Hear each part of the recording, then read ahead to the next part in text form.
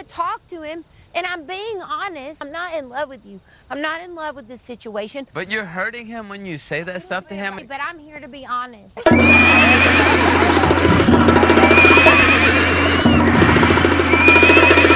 Hey everyone, welcome to the channel if you're new and welcome back if you're returning. So this is 90 Day The Last Resort, Season 1, Episode 7. And I was wondering about why Kehlani brought the kids. I'm assuming she didn't want to be away from her baby and miss his birthday, so that's probably why she brought them to the resort with her.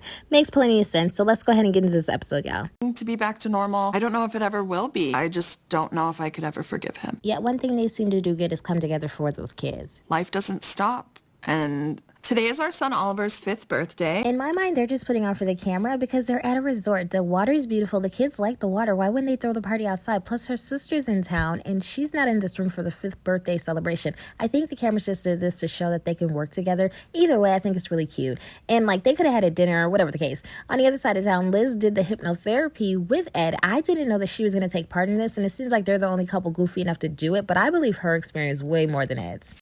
Should I go first and tell you what happened? Because I'm going to freak you out. Like I had some type of green costume on. I had no eyes, but yet I could see myself. Even though Ed says his experience was real, I feel like Liz is laughing as hard as she is because she can really close her eyes and see him like that. To me, I felt like it was a sad life. I got to really love myself and not feel I have to perform. I just need to be who I am. Whatever Ed did or didn't see, when he came back, it's like he made amends with Kelly. He apologized to Liz. He's on a whole new path, so maybe the experience did work? I don't know. He's just a clown, so it's hard to believe it. I need to start using my voice more.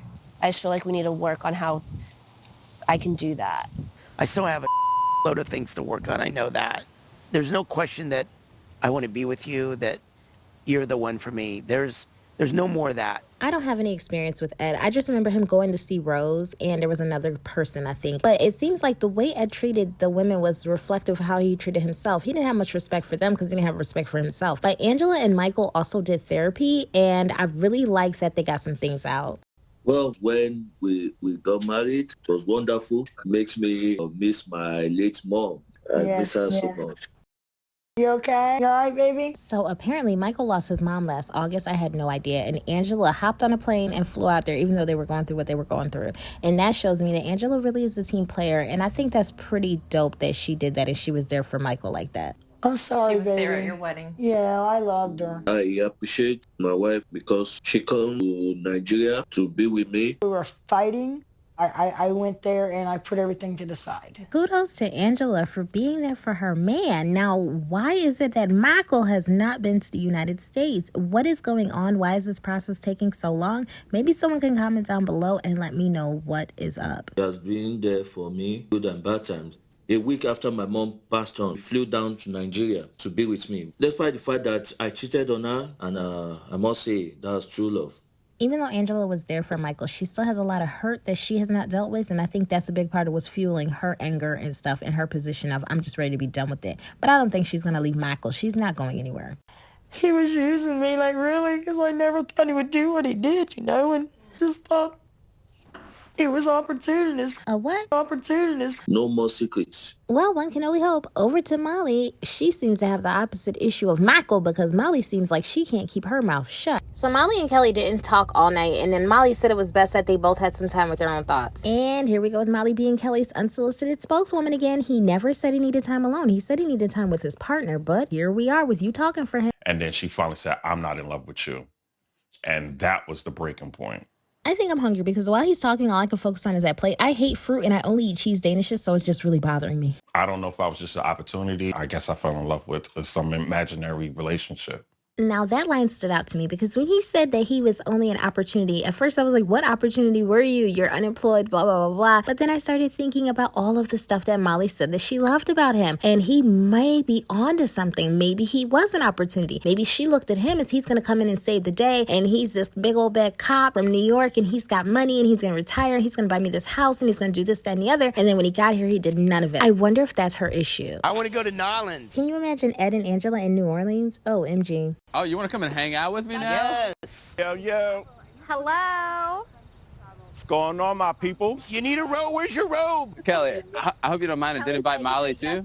I don't know where you guys stand after everything that's been going on. She was like, look, I understand You're not in love with me. I don't know where she got that from. I'm not in love with you. What? So Yara looks like she is so overhearing all this, and Joey's face is just like, Like, what do you say when your friend says that's what their partner told them? finalize how everything sucks. it is.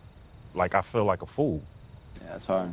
Aw, poor Kelly. I really do feel bad for him. In the beginning, I didn't like him because he just whines way too much for me, but I feel like Molly's really doing him wrong. I can't believe that Molly would tell Kelly that she doesn't love him. I feel like, we're all here to work on our relationships, and she's not even trying. And what I hate is that Molly's going to play that technicality game. Like, I didn't say I don't love you. I said I'm not in love with you. So comment down below. Do y'all see a difference between being in love versus loving someone? Yeah, so what's the point to be here? When she will come tonight, I want to know her side of things. I really think that there is some kind of miscommunication between them. And that's going to be the biggest part of the miscommunication, like love versus in love. And then she always does this thing of speaking for him like we feel, we think, when it's really how she feels, instead of just saying, hey, this is my feeling, what is yours? She's never open to how he feels. If she doesn't want you, man, move on, man. Yeah.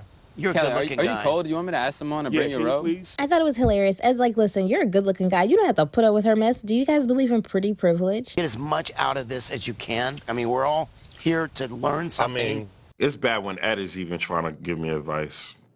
Ed. That's hilarious, but Ed wasn't wrong. Oh, they are here together. Oh, yes, she got my rope. Aswelu brings Kelly a robe and says, hey, let me help you put it on. Kelly's like, oh yeah, this is the most affection I've gotten out of the whole trip. Like, Kelly is really playing up this victim thing. All right, now that we got everybody, should I invite Angela?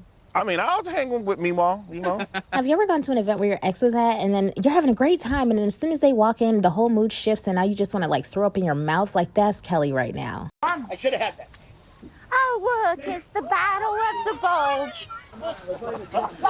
Poor Molly, she came in the room and Kelly looks like she just sucked all the air out. He doesn't even want to play volleyball anymore. If he could teleport out of there at this very moment, I'm sure he would. While I'm in the pool playing volleyball with the guys, Molly arrives, and I'm like, why? Why are you here? Just go back to your room. Meanwhile, Molly just sashays over there with her crew like Gone with the Wind, Jesus Christ superstar. The Kelly that I met is not the Kelly that I got when he moved to Georgia. I had a hysterectomy, and he didn't do nothing.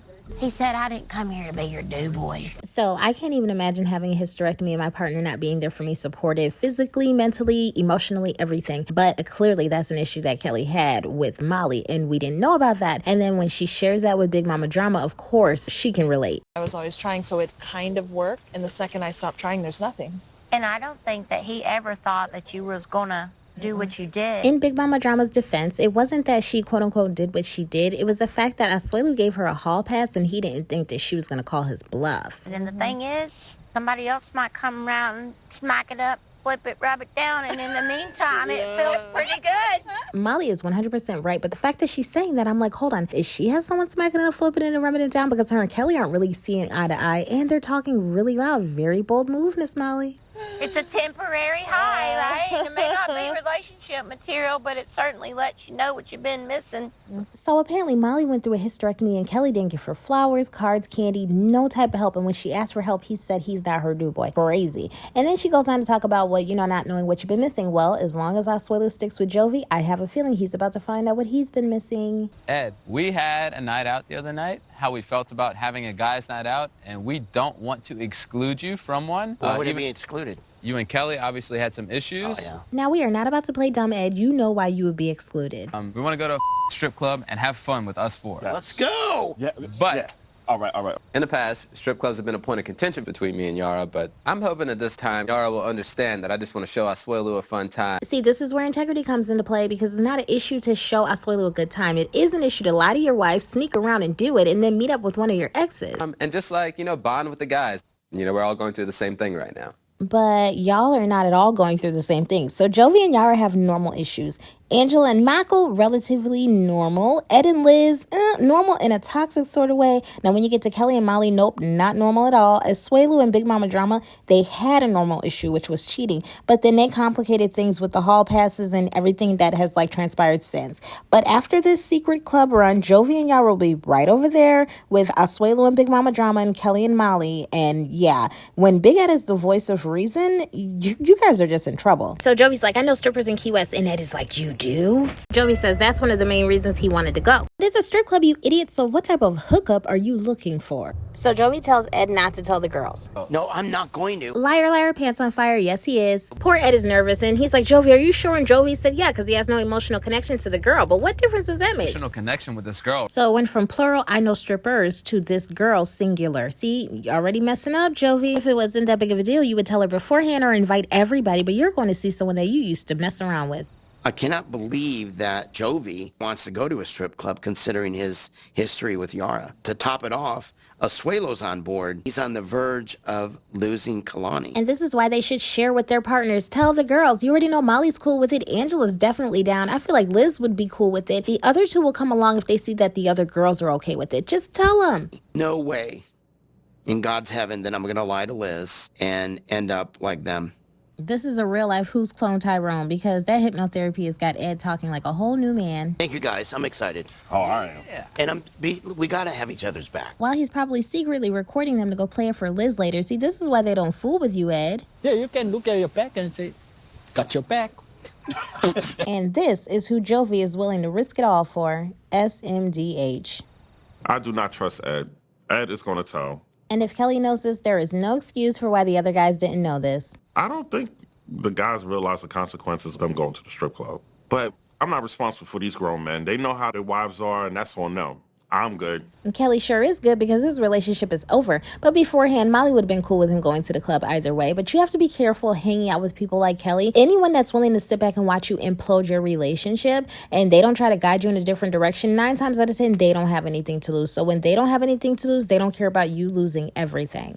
What the hell is this one drink, y'all? I'm a 10-drink bitch. Hello? Oh my God. It's a party when Mima enters the chat. Oh. Angela's late arriving to the party because she was having her counseling session with her man. But when she gets there, she's like, why are the women on one side and the men on the other? So she decides to unify everyone. We're not in high school. Let's go. Open. That's a shot? Right. Jesus Christ. Here. Cheers. Oh, that's got salt, sugar. Leave it to Angela to get the party started and leave it to Asuelo to turn things really weird. Asuelo was having a private moment with his fruit and Kaylani was like, hey boo, what you doing over there? And Asuelo commenced to show all the women how he got his wife. Filleting the pineapple? Oh my God. Keep practicing. Nope, don't think he needs to practice at all, actually. No, you're blowing. Yeah. He's good at that. I love that Kaylani gave him his props finally. Oh my God. Kalani, please tell me you let him to do that. While Jovi and Kelly are over there hating, you hear what Yara and Molly are saying. Oh my God. It was so cute to see Big Mama Drama up there blushing, and the way she kept eyeing Asuelo, I wonder if he went back to his room or if he went to the family room. I guess hopefully in next episode they'll talk about all the details. I haven't seen you look at him like that till he started eating the cherry. Is it just is this lady getting And they keep putting on like he's going to actually behave himself at the club. Absolutely not.